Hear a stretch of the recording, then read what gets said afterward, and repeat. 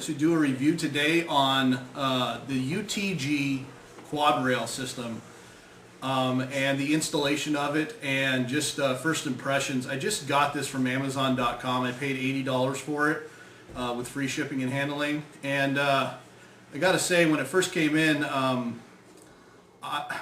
the quality is first rate. It comes with two separate rails. This rail, I've actually already mounted a red dot on it. But I wanted to show like some quick things real quick about putting it together. Make sure you follow the directions, because if you don't, you can strip screws really easy. It also comes with a whole bunch of these like rail guards that you can install. And also to show these that you just can't snap these on. You have to kind of use a little finesse. Anyways, just real quick, this is the standard foregrip that actually comes with the Saiga 12. I had already removed the little sling swivel right here and the screw. Basically this thing just clamps on here. It's kind of a tight fit, and you pop this off. Well, let's see if we can get this off. There we go. It literally just pops off, grips on there. This is actually not that bad of quality. It actually is pretty sturdy. I would compare this to like an ATI foregrip or something like that. It's a good quality plastic. So you do that, you take this bottom rail, you look for the hole. There's a little hole right here where the sling swivel and the screw goes into. Go ahead and take that, put that on the base. And this is kind of a snap on. Let's see if we can get it on.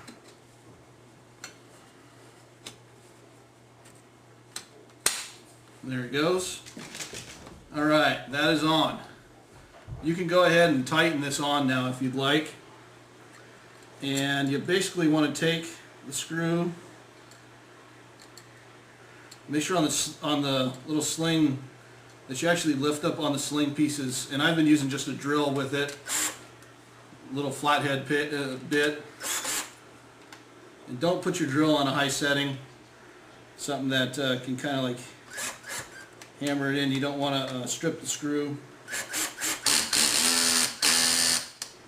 And there you go. Swivel's on. That's all ready to go. Top side. This UTG quad rail comes with the short rail on top. I decided to opt for the longer rail, but I'll actually put both of these on to show you what it looks like. This is the top rail piece. This just slips on over. And it's got 4 bolts. Now this rail will actually be sucked down onto this once you get these screws in. And for that you can use another bit. It also comes with a little Allen wrench.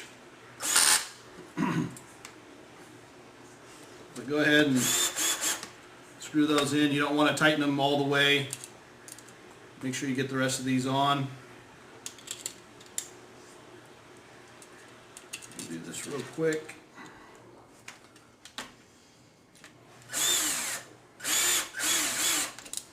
That one's not quite going. Let's see if we can get this one to go.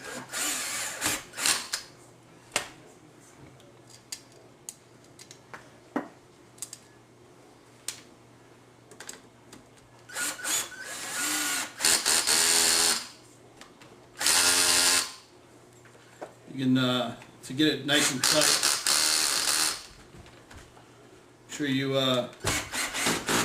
don't tighten them overly tight, but you do want to tighten them pretty good, especially if you're going to be firing slugs out. You don't want this to keep coming loose on you. We got our last one here. And that is done. Now onto rails. This is the short rail, just to show what it would look like. This can slide over, and that's what that rail looks like on that gun. I don't know how well you can actually see that, but it only goes to about half of the bolt action on there. Okay, so for installing the top rail, what you want to do is you want to slide it on. It's got these little grooves on it. Make sure they go on there. Get this on there.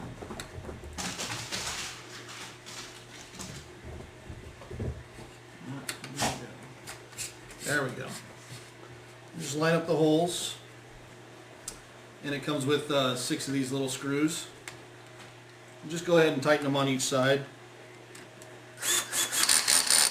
Try not to over tight, because over tighten they will strip pretty easy.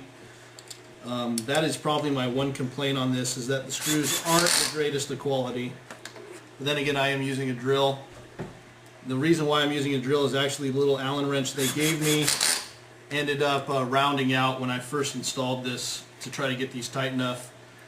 My one fear is going out to the range and having the screws actually come loose on me. So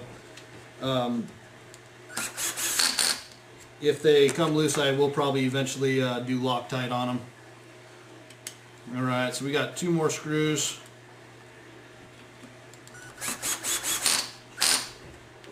And then I'll show you real quick as far as bending and stuff that this does. Okay, it's all done. It's nice and tight. That's the red dot side on it. If you push really hard, you can get a little bit of a bend, but I really doubt shooting it. I have not yet shot it. I really doubt shooting it that it's going to bend at all.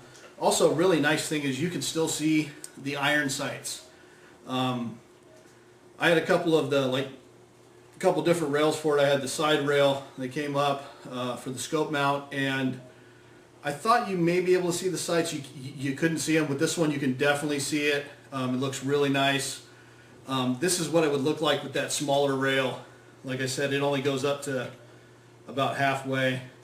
But other than that, I've been really pleased with the quality. And again, it's a UTG quad rail. And I picked it up for about $80 off of Amazon.com. And this is Chad from CNR Reviews.